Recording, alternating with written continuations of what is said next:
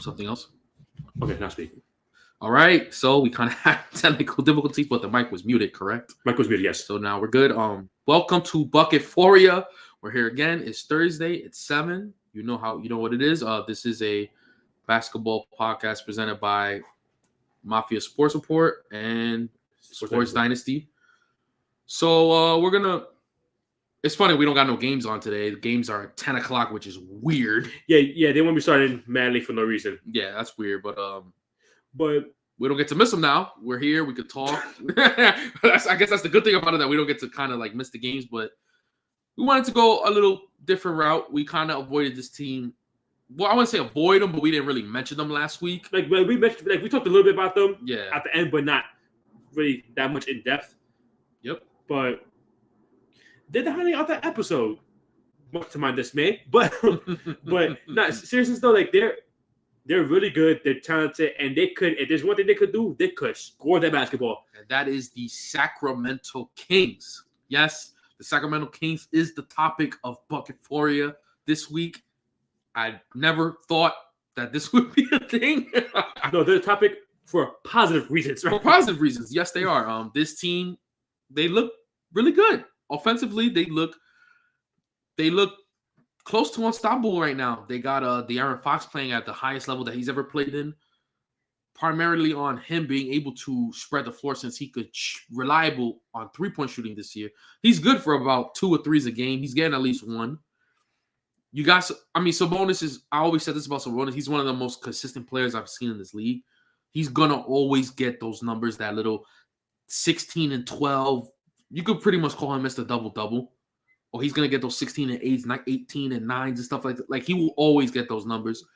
I mean, and Alex and I agreed on this, the main guy why we feel like this whole thing is really cooking right now is because of Kevin Huerter. Yeah, Kevin Huerter right now is shooting better from 3 than field goal percentage. He's shooting 52.6% from 3 currently and 51% on the field. On a high shot volume. While shooting 7 threes a game. That is phenomenal. That is phenomenal. He is an automatic bucket from the three-point line. And every time when I watch this team play, whenever he shoots, it looks like it just goes in every time he shoots it. So I'm not really surprised. It's amazing to hear those numbers, but at the same time, I'm not really too surprised because it feels like he never misses. Right. And this team kind of feels a bit similar to the ones that, like, to the team that I've always referenced when talking about the Kings, and that's the 2018-19 team where it looked like they might have a post finally until, Vlad Divac and Luke Walton stabbed it to death. But you got Kevin Huerter filling in the Buddy Hield role very nicely. Very nicely. You got a better De'Aaron Fox. Yes. You got a Marvin Bagley, but at the playmaking chops to him in Domantas Sabonis. Yes. And players like Bogdanovich, Harrison Barnes was there in the second half of that season. And players like them that pretty much they can spread the floor and shoot the 3 ball. Yeah. What I will say is with the Sabonis is that they have 2 reliable buckets in this team. Right. When they have to score right now, it's Sabonis because he could play down low with anyone. And if you don't have the strength, he will overpower you. And you have De'Aaron Fox, who you pretty much is how you want. He could take it inside or he could go with a floater. He's the fastest player in the league, and he's in a special zone right now. Actually, and I'll throw in this third option. If you can get a screen off the ball for Kevin Huerter, it's a bucket automatically. So offensively, this team it's very hard to stop. What are they? They're a top 3 offense right now. They're number 2. They're number 2. So they're Boston. Yeah. So they're number 2 in offense under Boston, who's on an 8-game winning streak right now. Yeah. So their offense is phenomenal. I didn't think that they would be, because their defense is abysmal, but they're pretty much gonna outshoot you. That's what they are. They know what they are. They know that they can't defend, but they think that they will outscore you. And that's why, and their pace is top 10 in the league. I think it's 8th currently. Yeah, and they're a top 10 pace, so they play fast. They score efficiently. They pretty much think they could just score with anyone. I mean, what they did to Brooklyn in primetime was just ridiculous. They beat the brakes out of Brooklyn. They scored $153 on them, right? Yes. That's ridiculous. That is insane. That is, I understand it's Brooklyn, but I will take this. You could take this with a grain of salt for whoever's listening, but the Nets without Kyrie, they were like a top 10 defense from that in that duration of times they were playing. Correct. But I mean, for anyone to score above 50 on you is ridiculous. Yeah, but the thing with Sacramento is just got scorers. They got people who could shoot the basketball. And again, with a person, I can't even say who's not that good with De'Aaron Fox because he's actually shooting great from 3 this year. But yeah, he's improved. But go ahead. I was saying, like in theory, like a person who wasn't able to shoot like that in De'Aaron Fox, right? And you have players like Malik Monk, Kevin Huerter, Terrence Davis, yeah, Harrison Barnes, and all of them that could spread the floor. Mm-hmm. Yeah, so, that's an interesting thing. The interesting thing about this team is that their offense isn't top heavy.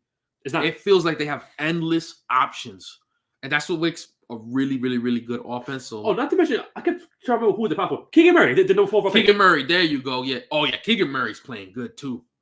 Yeah, he's playing well. Yeah, this is a good team. This team could score the ball.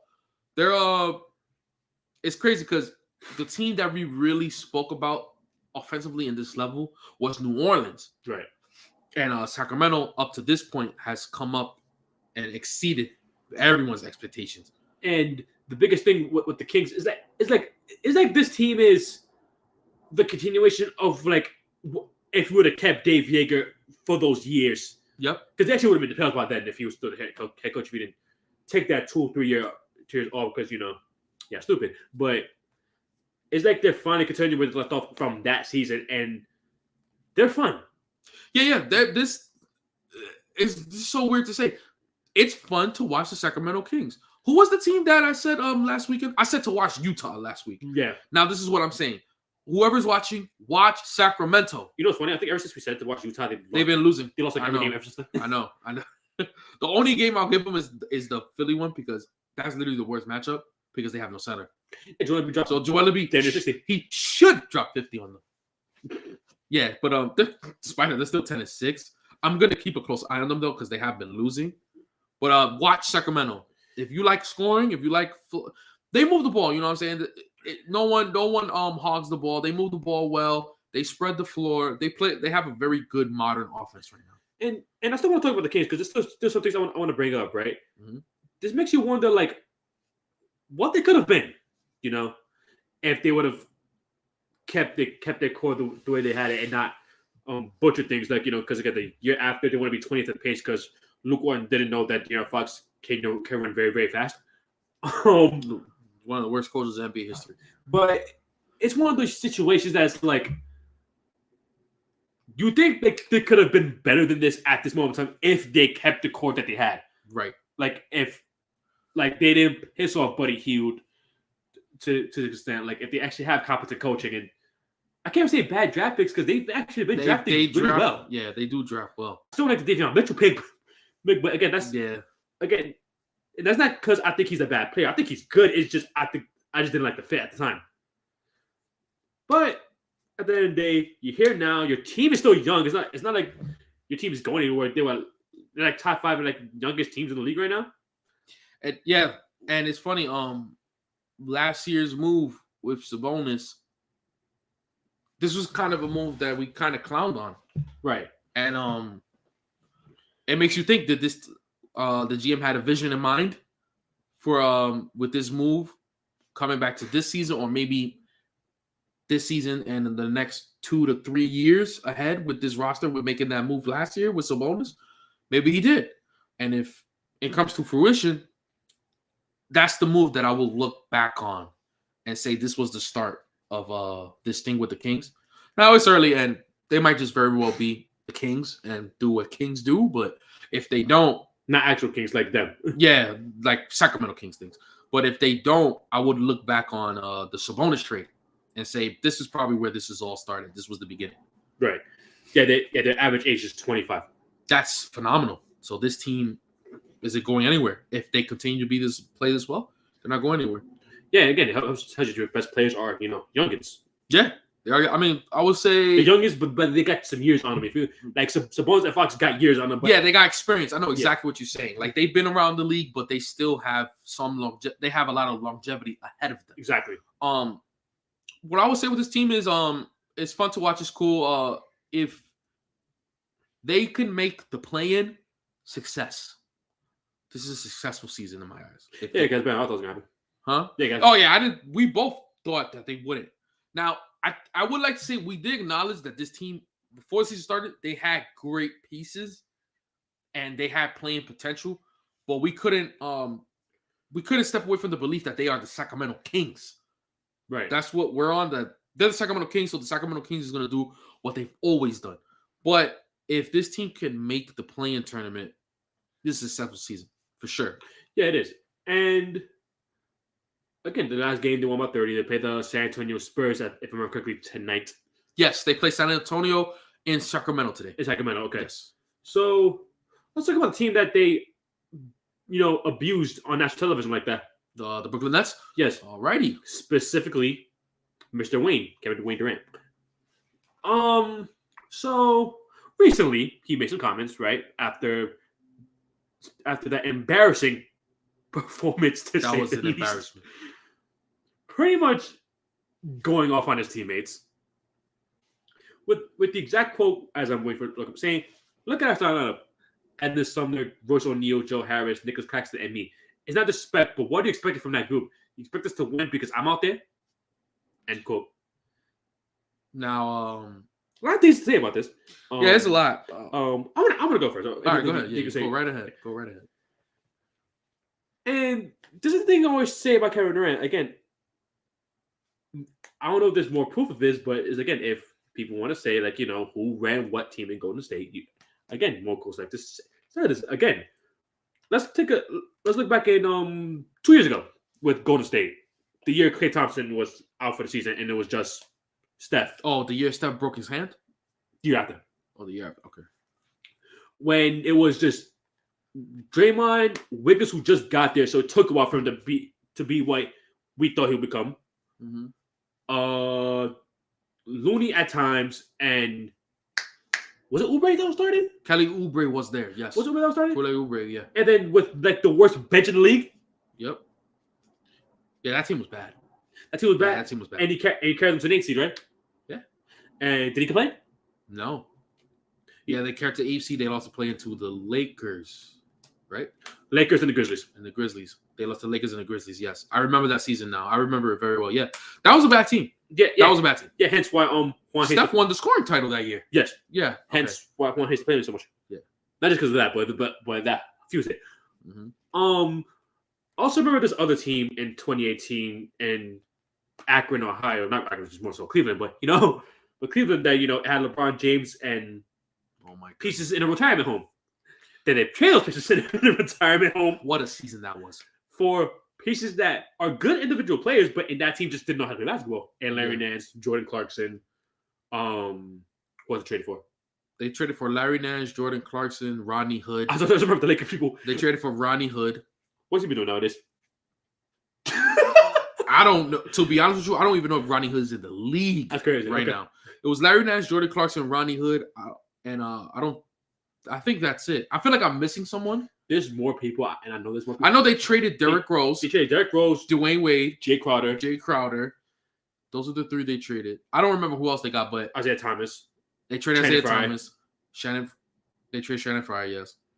All right, because Jeff Green was actually the only person that lived. Yeah, he was the one that stood. Yeah, and they got Jordan Clarkson, Larry Nance, and Rodney Hood. I think that's it. I think that's what they got. Why did I feel like it was more? I just can't remember. Okay. It might have been, but the team was bad. And it was so bad that LeBron had to drop 40 points in a nightly basis and damn near play 48 minutes, to the point where Alex and I always would calculate the run between the opponent and the home team when LeBron sat down. And this is our weekly Fire KC by Tommy. Welcome, Tommy, and yes, Fire KC. Yes, Fire KC. Playing against our squad tomorrow. Good TNT tomorrow. Oh yeah, we are playing. All right, let's have a good game tomorrow. If you guys win, then I'm gonna be pissed, but let's see what happens. Right. Yeah. So. Yeah, and he just battled it out. He's battled it out. Battled it out. Yeah. Now here's another example of this. Mm-hmm. So back in 2006. Okay. Chris Mim, Kwame Brown, Smush Parker. Oh man. Oh, he's my favorite player of all time, so this was coming. Yeah, this is bad. There was no Derek Fisher because he's in Golden State, Utah at this point. I think he was in Utah. It was one of those two teams. One of the two, yeah. Devin George. And Brian Cook, I know there's more people forget. Brian Cook. Is Brian Shaw there? No, I think he was retired by it. It was 2016. He probably retired by it. It was a bad basketball team. And Kobe Lamar. And Kobe and Lamar. It was a really bad basketball team. And he wrote it out. He wrote up. Made the playoffs. He made the playoffs. Blew a 3-1 lead. But he made the playoffs. That's why trade like 2 years later. But they rescinded it. Mm-hmm. And then he got Pau Gasol. They got Pau Gasol. But did he compare during the season to talk about all my teammates are whack? No, he did not. No. And he had to drop 60 to win games. He did. He did.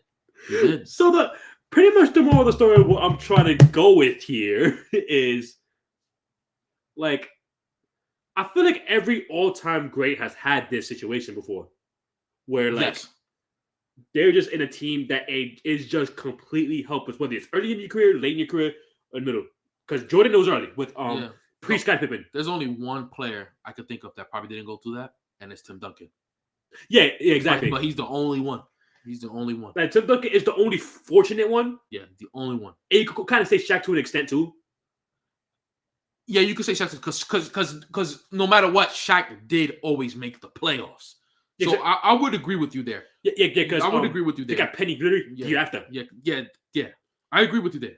He would make the playoffs. Like make playoffs as a higher seed too. As a higher seed, yes. So most all-time greats have this period where they have bad teammates, and it's an on-court play, and they have to carry them. You know, fucking like Iverson, right? Like Iverson, never, ever complained. And Melo, also those early Denver teams, right? Those early Denver teams, yeah. But again, they never complained. They stuck it out. I could think of a one that he bloomed early and it went out really quick. Derrick Rose. Yeah, because I think it was the year after they lost to LeBron in the second round when LeBron went back to Cleveland. Mm-hmm. That was 2016. 15-16. Yeah, 15. It was 15. It's the 15-16 so they led 2-1 and then Cleveland won 3 straight. Yeah, and then it was 2015-16 season is when they missed the playoffs going 40-40. Yep. And it was pretty much the end of the road at that point for them. Yep. But there are so many players that are higher than you in the all-time record and below you that are led teams that have worse situations or just as bad situations, but they never complain. No, they didn't. No. And technically, LeBron did say this one point. I think it was that year. That's reference that he said that we need more playmakers. Yeah. Like he didn't single anybody out. Yeah, he didn't really single anybody out. He just mentioned a need that the team needed. And granted, I still didn't like the fact that he said that, but me neither. I don't probably like that, but okay, it's not like he said, "Oh, this player, the trash." Did not. Again. It's really bad. It's really disrespectful. It's just the fact that, again, is like they have no leader. I mean, they have Jacques Vaughn now, but yeah, he's definitely their leader. But like in terms of them, like in terms of like players. In terms of players, they don't. Like they don't have a leader at all. They don't have a leader. He almost said this one thing. Actually, would have sounded very disrespectful. Someone gonna say, but it's what's the best way I can put this? Like. Some people are just not meant to be player one, if that makes sense. Oh, I see what you're saying. You mean like the number one guy in the locker room in terms of leadership? Yeah. Yeah, I mean, he's just not meant to be that guy. I don't think Kevin Durant's meant to be that guy. As great as he is, as great as he's always been, he's just not meant to be. He can't rally the troops. Yeah, because as an individual talent, he's as good as anyone. He's one of the best I've ever seen. Yeah, I mean, I always think, seeing this Kevin Durant now, and it always makes me wonder what right magic was going on in OKC. Because the problem with that team was they just couldn't get it done. They just couldn't win the championship. You know what I'm saying? Playoffs was never a question, right? It was never a question, and he was like, you know what? They can't conference final. They made a couple of them, right? They made like 3 of them. They made 4 actually. They made 4. So. Right, lost to Dirk, lost to Duncan, beat Duncan, lost to Golden State. 4. So they make 4. That's pretty darn good. And years that they missed is either because Russ got hurt in 2012, right, and Durant got hurt, that one year. So this team, you knew they were going to make the playoffs, and you knew they were going to make noise in the playoffs. They have respectable contending expectations, is what I'm saying. And I wonder who was the leader there? Like, what went on there? Because Yeah, it probably was Russ because I look at everything that's happened now, and I look at that team, and it makes me amazed how that even happened. Yeah, because Westbrook is like what people always say about Westbrook. He's the greatest floor raiser we could make the argument he's ever seen because he can kind of go to a team as the guy and make the playoffs. He's not going to do anything with them, but he'll take them to the playoffs. Right. So, and I wonder how he feels about that situation now. I wonder if he thinks about those days and wonder how good he had it. As for that one or the Golden State. You see, the reason why they mentioned the Golden State one is because someone always has something. No matter how good it got, someone always would throw an asterisk on him. You feel me? Yeah. Now with the OKC thing, he was beloved. Everyone see these expectations. I mean, he was. Everyone really loved him. Like the way people looked at Steph Curry, like when he started, that's the way people were looking at Kevin Durant back then. Right. So I wonder if he just misses those days and misses that consistency because, again, this is a situation currently right now that he asked to be in. I don't know. I know he didn't think that it would get this far because, I mean, who would? But he did ask to come here. But when you decide to play with Kyrie Irving, you kind of have to expect the worst from him. Yeah, and I don't want to like make it seem like Kyrie Irving is such a bad individual as a individual. I'm sure he's a great person, but great guy, yeah. But it's like he just brings drama wherever he goes. Look at Boston, look at Cleveland. It's just something. It just happens. Again, I don't know how he managed to stay put like that in Cleveland. The only thing I can say is that he turned to there's two states of Kyrie. Right. Before he won a championship and after he won the championship. Okay. What you can say is that these are two completely different people. Right. Right? If that's what you want to say. Because besides that, I don't know how he stood put in Cleveland. The only thing I can think of is that it's before championship Kyrie and after championship Kyrie. Two completely different people. I mean, again, I'm not him. I've never been around. Yeah, I don't know. So I can't say yes or no to that. But yeah, I don't know. But again, it's like after that year they won the title, right? Is when everything started to go left. Everything went left. Of him wanting to be, the guy in Boston, which again, there's nothing wrong with that, but just the way he went about it was just so childish. Yeah. And then that first year without a hinge went really well. Just you unfortunately got injured, and Gordon Hill unfortunately got injured early in the year, and they made the East Coast Finals without you. Mm-hmm. And this could have been a situation where it's looked at like, oh, we made it to the East Coast Finals without them. Imagine them there. We win the whole entire thing. Right. But I think it was too much friction in terms of who gets what touches, who does what. And then Kyrie talking about like I called LeBron to apologize in the public for his junk. I forgot that happened. And it's like it's not a good look. And then he gets ousted in Boston and Celtics fans would have packed his bags and walked within the Booker to make sure he was there. Yeah. And then it's like, and I'm going back to KD's comments. This team looked pretty good. You know what I'm saying? With this duration that Kyrie was out. I put it out that I think it was last week. I put out there like, yeah. Are they better without him? Yeah, they look like a pretty good team. They moved the ball. I watched two games with them. They moved the ball really well. You know what I'm saying? They was very unselfish. These guys hustled.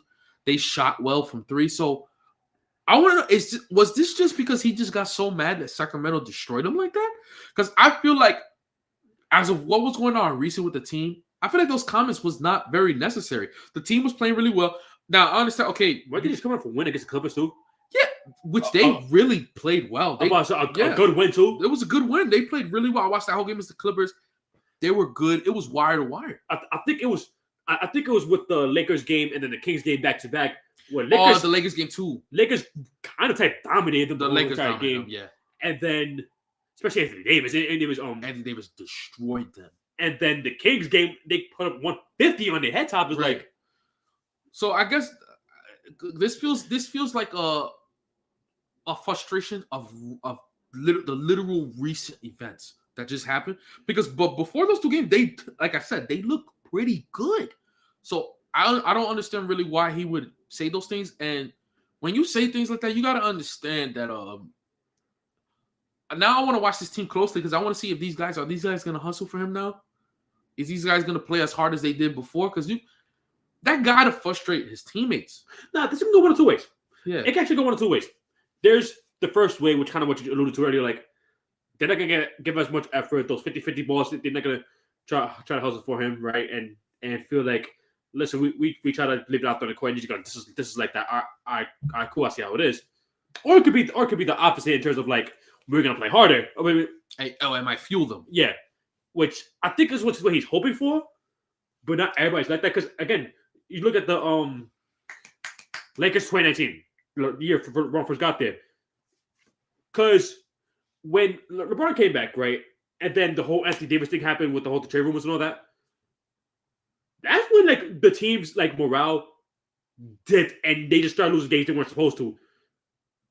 Like they would get their nice wins here and there. Like I remember that game against Boston when run to the game with Shine and all that. But yeah, I remember that. But I'm not gonna forget that one game. I think it was against the Pacers at Indiana where they lost by like 40 or 50, something like that. And LeBron just saying at the end of the bench, all that is like stuff like that has an effect on your teammates. Some negative, some positive. It definitely does. And it could be, like I said, as much as we say we don't believe he's a leader, this could be a kind of way that I guess he leads because everyone is different. Yeah. So we'll just have to wait and see what happens with this team. But again, I thought this team, 2 bad losses, it happens. But before those 2 losses, this team looked really well. I thought they moved the ball really well. They defended well. They actually did defend well. Without Kyrie, they were like a top 10 defense, and with him, they were like 30th. So they actually did defend. That's an actual fact. They defended well when Kyrie. It also helps that dude got fired. Oh, and Steve Nash got fired. Yeah, they believe in Jacques Vaughn. They believe in him. That's also another thing. Just believe in him and write it out. So this was weird. This was really weird. I did not see this coming at all. Another Brooklyn person I gotta talk about is Mr. Benjamin Simmons. Good Lord. So apparently the Brooklyn Nets are very frustrated with him because of the fact of he's not there. Yeah, because of the fact he's not there, and I think when he is there, they're like, "Yo, when he is there, he's better." When he is okay, this is funny. He's not there, and when he is there, he's also not there either. Oh no, he's there. Yeah. Oh no, he's there. He's just not the same. He's just not. This is not the old Ben Simmons. This is not the Ben Simmons that I remember. The Ben Simmons I remember was he was a top 5 perimeter defender in the league, and his defensive presence was known. It was felt. He was a way significant playmaker. He even pushed the ball faster. He looks slow. You know what I'm saying? He don't really push the ball too much. He's not really trying to get no. He looks like a guy that I don't know. I don't know if he either wants to play or he just. It's just weird. Like maybe those mental things was true with him because it just looks like he's not there mentally. It just looks like he's not there. I don't know, man. Listen, I think it's one of those things that's like, again, because he did have back surgery during the offseason. He did. That's true. I forgot about that. He did have back surgery. Maybe his back is still not there. It's very possible because your back does pick your movement. So right. And I remember even though like before he wouldn't score, he will always have some plays where he would have like a nice little dunk, and he'll scream at the crowd. I don't think I've seen that one time this year. No, he hasn't. Right? I don't even see has he even dunked this year? Probably, but probably not. I can't point to again. Yeah. Again, just to the point where Kyrie is screaming at him to shoot it. Knowing Kyrie for the way Kyrie's approach to the game, it makes so much sense that he would be the one frustrated with him. It makes the most sense that Kyrie will be the one most, and I'm not saying this as a knock to Kyrie. I'm saying his approach. Kyrie kind of has this like killer's mentality where he just wants to score the ball, and it could go 1-on-1, and it could go either way he want to go. He's gonna do it. You know what I'm saying? He's gonna dribble it up. He has a multitude of ways to score. So to see someone like Ben like that, and he probably when he gave him that pass, he's seen so many ways where he could score, and it's boggling his mind how he didn't shoot the ball. You gotta think about it like this though, like not everybody Kyrie, bro. Huh? Not everybody's Kyrie. No. That's true, and that's a good point. I would say that's why probably great players don't make good coaches. That's probably why. Because for Kyrie, it must seem so easy for him. Like, how could you not shoot this, Ben? And he doesn't understand Ben's mindset. Yeah, no, that's not in his game. And I don't know. That play was still weird to me because I feel like he kind of just took it up to draw a foul, but then you remember he can't shoot free throws. But my thing is like it's weird. It's just so weird. I don't know what it is. I don't know if he's scared. Did he lose his complete confidence? Like, I don't know what it is because probably. I think he just lost confidence because it's as bad as it's ever been. Like, it's literally as bad as like he will not shoot, bro. Like he won't do like that Trae Young play. I've seen that about like 6 times this year. Oh, that Trae Young play. Yeah, like that. I've seen that about like a good 7 times this year. Like that happened a lot of times already this year. I seen him miss wide open layups. Remember the oop I texted you about? Mm-hmm. He missed a wide open oop. He missed a wide open layup against the Bucks. Against the Bucks, he's just not there mentally. There's something wrong with him. I don't know. Like I don't know. Like it's something. Like there's something. It's something has to be off. Listen, at the end of the day, it's like. Again, so similar to what we said the week before that, the week before that, the week before that. The team is a tire fire. The team is a tire fire currently. Yeah. Because if you think about it, this current Ben Simmons, what exactly does he bring to the table? Nothing. He's trash. Nothing. Yeah, I can't say one thing. Like nothing. I can't say one thing. He's pretty fucking trash, man. I can't even lie. Yeah. Yeah. I can't think of anything that he brings to the table today. I don't know. He's just really bad. I don't know what it is. It's bad. Brooklyn.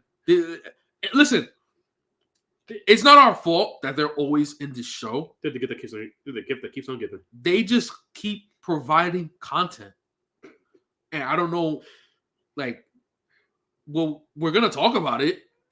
Like, what are we going to do? Like, we did kick off the show with very much kudos to the Sacramento Kings. Which is what deserved. But this team just always finds a way. Always finds a way to be in this team's turmoil is ridiculous, man. Right. Now, I want to talk about this team real quick. And they're an interesting team right now. It's Portland, but I kind of have a fear with Portland right now, and this really? Is why. It's their center situation. So you think this is a playoff problem? Yes. Depending on the matchup, they might get. I agree. I could agree with that. Because it feels like every single time I watch whoever the players play, whoever their starting center or backup center is, there's beasts on them. They're scorching them. And it's like Yusuf Nurkic. Again, I look at his numbers on his counting stats. It's actually pretty good. He's averaging 12 and 10. That's pretty good. His defense. But his games is like, okay. Yo. Against the Spurs, Jakob dropped 31 points. Now, okay, we have complimented Jakob a lot in this show so far. 31 is insane. We like Jakob here. We really do. Don't get me wrong. But maybe if I'm bugging, what did Jakob score? I don't know. I'm impressed if he scores 18. He said 31. Like, maybe I'm bugging now, but I just want to know, like, did he score? Mason Plumlee dropped 16 when they played the Hornets. Mason Plumlee was almost the leading scorer. These are non-scoring centers, and this is the same. And Mason Plumlee is the same person that I joked that can't score 4 points. You did. He scored 4 times that much. He literally scored that number. 16 points from Plumlee is bad, bro. That is a different level. 60 points from Plumlee is like 40 for everybody else. So this, okay, I agree with you. This is a playoff. So first, I'll throw a scenario for you. This team is good. This is a good, as we thought they would be. But if they play, let's just say, if they play Denver, they might be messed up. They get swept. Yeah.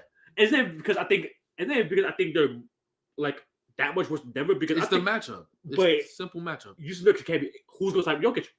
It's gonna be very similar to when they played. I think it was 2 years ago in the first round, where this dude Nurkic averaged like 5 fouls per game. Yeah, Jokic might average like 25 rebounds a game against them with like 23 Nurkic, points. I think Nurkic averaged 5 fouls per game in that series, and I don't think I'm exaggerating either. It was that bad. So okay, so now I'm looking down the list. Teams. Like it's bad that let's say the Lakers. Let's say they're 2 seed, Lakers are 7 seed. I'm scared for them at that matchup. That's exactly what I thought of. I said, so let's say there's a scenario where they were to play, like, let's say the Lakers, they would just feast on them with AD. Yeah, exactly. Much Lakers average 11 rebounds per game. So now you can't rebound the ball or nothing like that. But defensively, and when those two played, the Lakers definitely had the upper hand on them. They had the upper hand, Definitely. but this is starting lineup Westbrook, so he was bad. Right. Bench Russell Westbrook, they won this game. Oh, you mean 6 man of the year? Yeah, sniper Russell Westbrook. Yeah.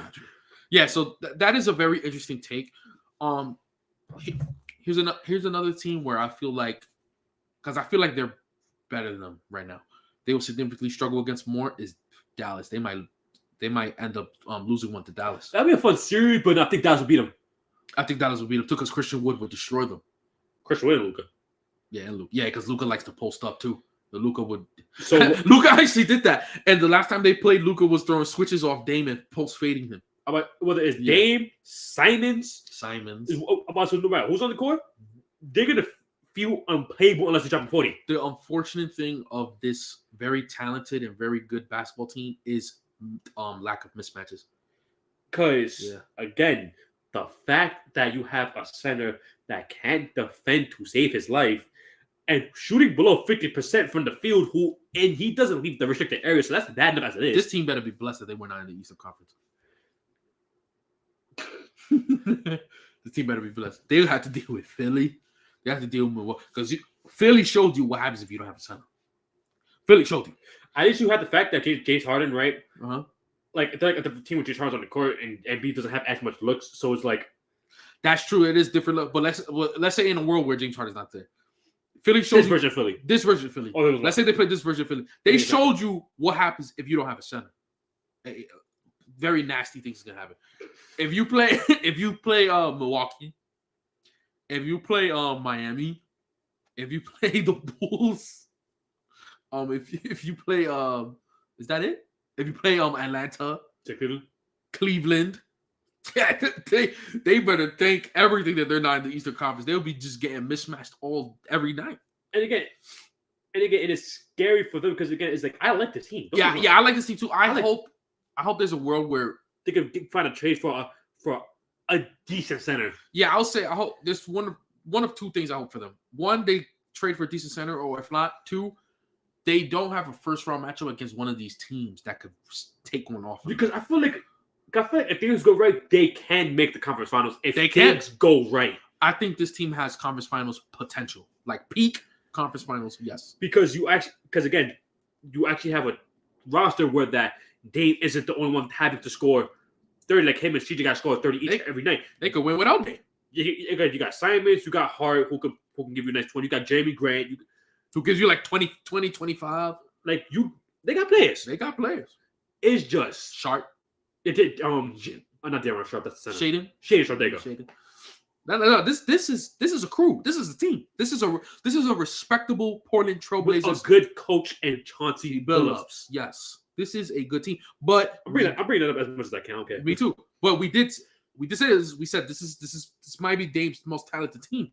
This is a good basketball team. We thought this would be a playoff team. This was one of the teams we were very confident in that they will make the playoffs. We knew it for a fact. Real quick, did you know that Jeremy Grant shoot 49% from three? I did not know that. With 5 feet of clip. That's crazy. I did not know that. I did not. He's a starter, right? Yeah. That's most improved level type stuff. Yeah, man, he's still averaging 21 points a game. At 21, yeah. I know. Yeah, I know he gets 20 because ever since he went to Detroit, he likes to shoot. Yeah. But I remember him being an inefficient player though. He's shooting 50%. He's playing phenomenal. So that means he gelled into this team perfectly. Yeah, because he's in a team where Dame's going to do him, Simon's going to do him, but he can still get his as well. Yeah. And you know what? This team has 3 guys who can get you 20. Obviously, Dame could get you 30, 40, but I'm saying at bare minimum, this team has 3 guys who could get you 20, and they're shooting about 4 threes each. So this is they have options.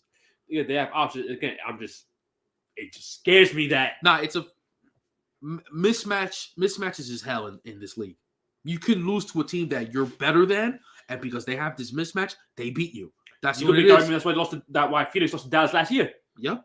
They literally did not have a soul for Luka. They didn't have nothing for him. They had nothing. whatsoever for him. That's a problem. Yeah, because as great as defender Mikal is, he's a toothpick. Luka is big. That's a big dude. Like the way they use Chris Paul had to be more aggressive on defense. That's why after game 2 offensively, he was literally he wasn't a factor. Yeah, he wasn't. Cameron Payne was literally unplayable. To the fact that Monty Williams rather have this dude Chris Paul get fouled out in the game when they haven't played. Yeah, he for one failed them badly. Mismatches are a bitch. Yeah, mismatches, they will make you lose games. They will make you lose series.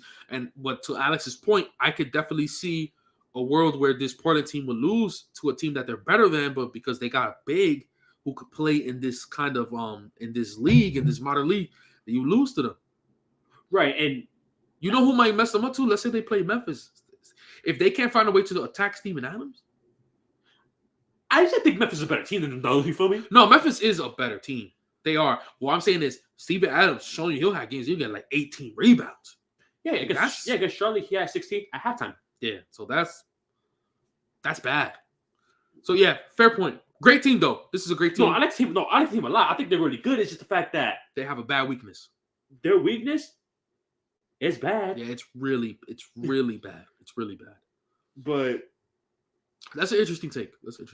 Yeah. Because right now they're 10-4. They're number 1 in the West right now. Yeah. Phoenix is right behind. I think they're 2-1 over Phoenix, right? Yes.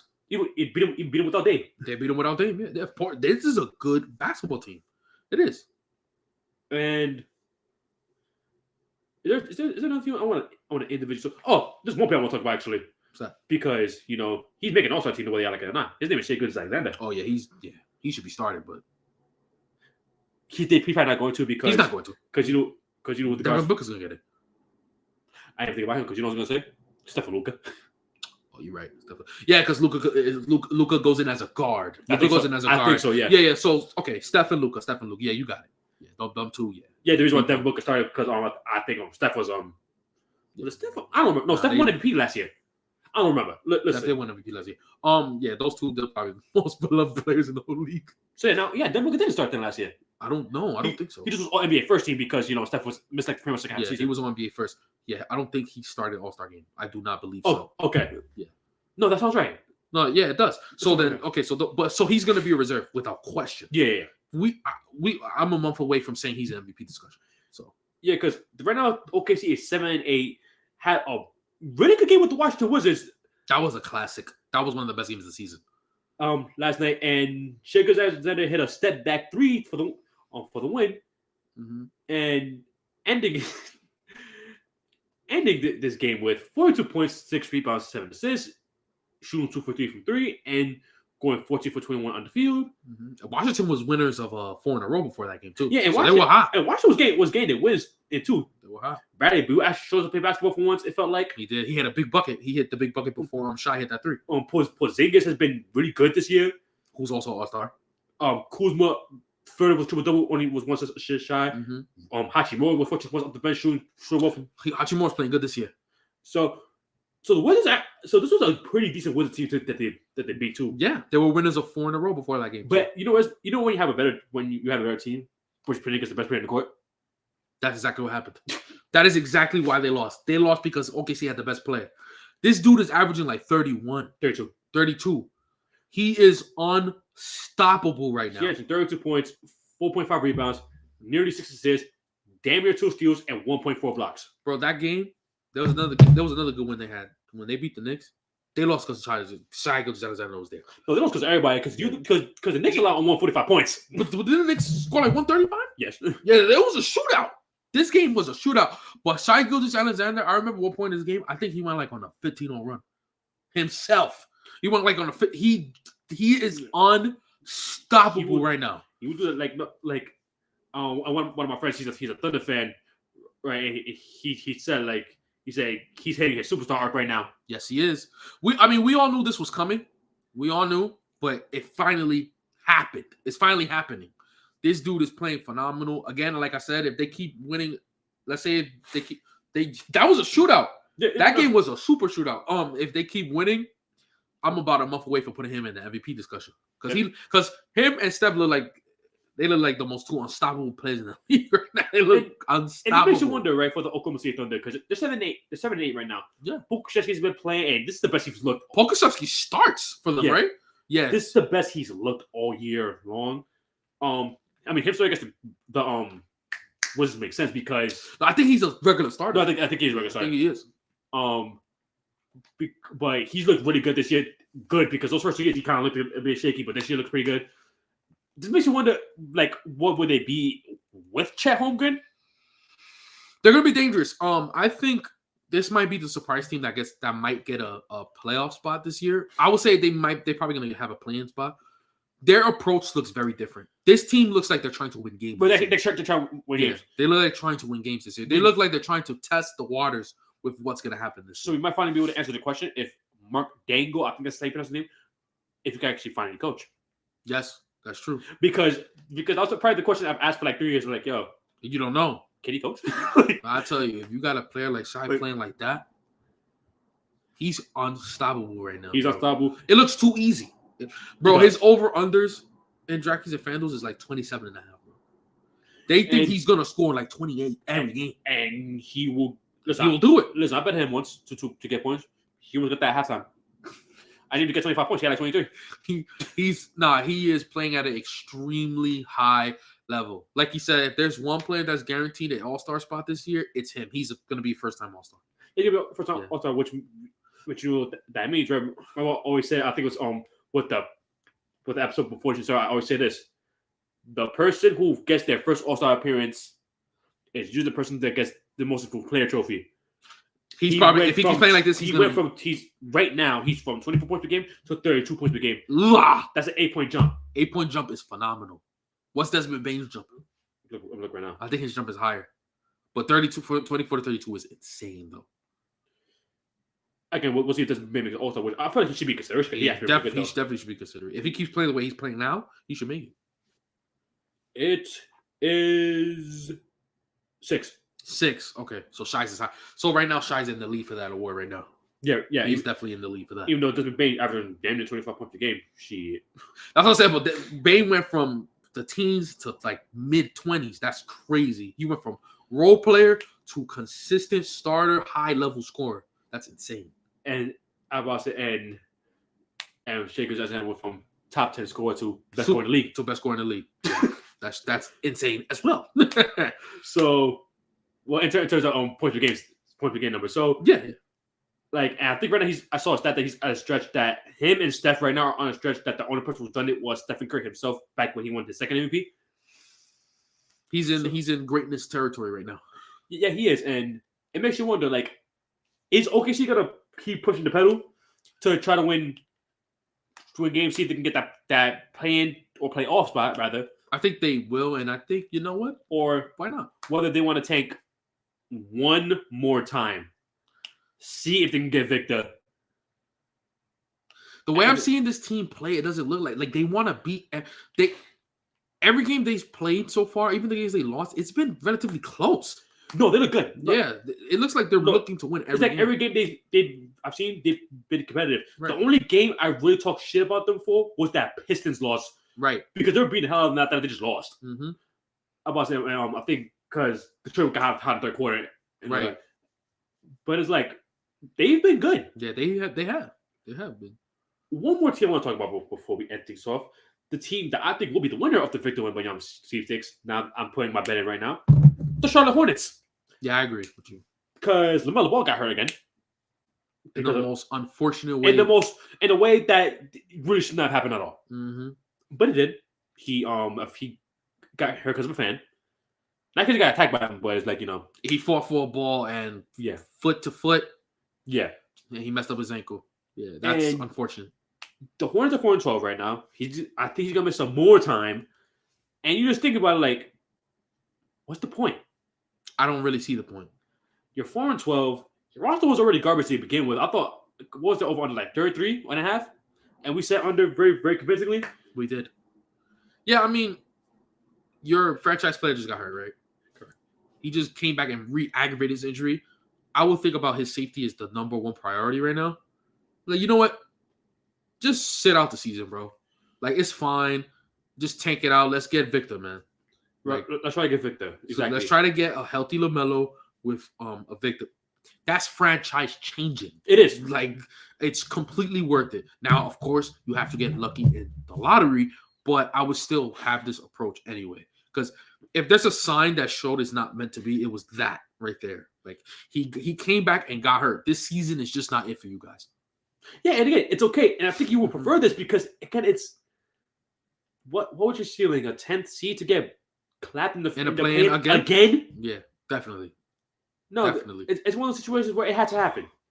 Unfortunate. I don't wish an injury upon anybody, but it's one of the things that, like, if in the long run, it's probably better for them to sit the season out than for lie to yourselves to think you're competitive to get like a 10th pick and all that because you want to lose in the play by 40 again, and yeah, it makes no sense. You should tank. LaMelo re-aggravating his injury this way was a sign. Just tank the season. It's fine. Try to get the number 1 pick. Congratulations. That's literally franchise changing. Because I watched him last week internationally. Victor is ridiculous, bro. No, he is insane. Again, no, I've never seen a player like that before. He defines it's not fair. It's just not fair going against somebody like that. Like, there's no way someone that big can move like that. No, insane. No, he's so fast, so skilled. It's ridiculous, honestly speaking, and that's why if somehow the Pelicans get the number 1 overall pick somehow because we suck, you're gonna see a very angry version of me. That's not gonna happen, but it's like I don't think it's gonna happen. But yeah. I'm saying, like, in case it does, it's good. I might wear the bag on my face. I'm gonna say some things that I wouldn't say here. So, yeah, I'll wear the bag on my face that happens. But anyways, I think Charlotte is gonna be the team. Is gonna be the team to win that sweepstakes. They're not gonna do anything. They win like 25 games at most, and it's probably gonna be between Charlotte, Detroit, and Orlando. That's what it looks like so far. I feel like Detroit's gonna get hot one out of the stretch and win like 8 games in a row. Like a second half, like how teams second half season that aren't good. You know what's crazy? That can happen, but the way that they're playing so bad, they might win 8 games in a row and still be bottom. They do look really because they play really bad basketball. They look really bad, man. They do it. They look really and it's bad. very unfortunate too because I was looking so forward to watching Detroit Pistons basketball too this year. They look awful. Man. I really was. Oh my goodness, they look awful. Very disappointing. Hence why Tommy every week says Fire Casey, and yeah, no, I'm with you now. It's pathetic. That's true. It really is. But you got any more to say? Nah, not really. I think we covered it all. We covered what we need to cover. Evan mentioned your team right now. That's because they did not do anything, or they continue with another from before, or you just want to see more like if they can sustain this. Watch Sacramento. I'm about to say we thought to get Sacramento. They're the biggest version of the episode today because they do their thing. I'll watch them while we still can before they lose like 8 games in a row, and things happen. Like when I accidentally called the show once. Yeah, last year I will never forget. It was 2 seasons ago. It was 2 seasons ago because I was on the watch. I was like, "Yo, they might do something," and you like watch the win and lose like 9 games in a row. I was watching 7 games in a row, and it was 9. They beat Dallas. So I make it 10. That's unbelievable. You did voodoo on them. You did witchcraft. I don't know that stuff. What you talking about? But that's why always with this like that franchise, I'm very, very hesitant to say good things about them because again, ever since that 2019 year where I just felt lied to and betrayed when they fired my boy Dave Yeager, it's like okay, I feel like I'm not gonna do anything ever again. But I feel you. Trust issues, it happens. But that'll be all. Be sure to subscribe to Sports Dynasty and Mafia Sports Report. AFC East Shakedown this Saturday. And there's one thing I'm gonna say about that right before we leave. How about Justin Jefferson, man? To those Bills fans. That's a bad boy right there. That is a bad boy right there. I'm about to make sure you clearly handle your snaps next time inside your 1 yard line. But that's all I gotta say. And I'll catch you next one. And around Thanksgiving comes up. don't know. Anyways, Interesting. Might not. I don't even think we're gonna have games. Yeah, because I have games. Yeah, because we have to. So we probably in 2 weeks we'll see. In 2 weeks we'll see you, and if not, maybe next week. Yeah, maybe. Yeah. But peace out, y'all. Peace.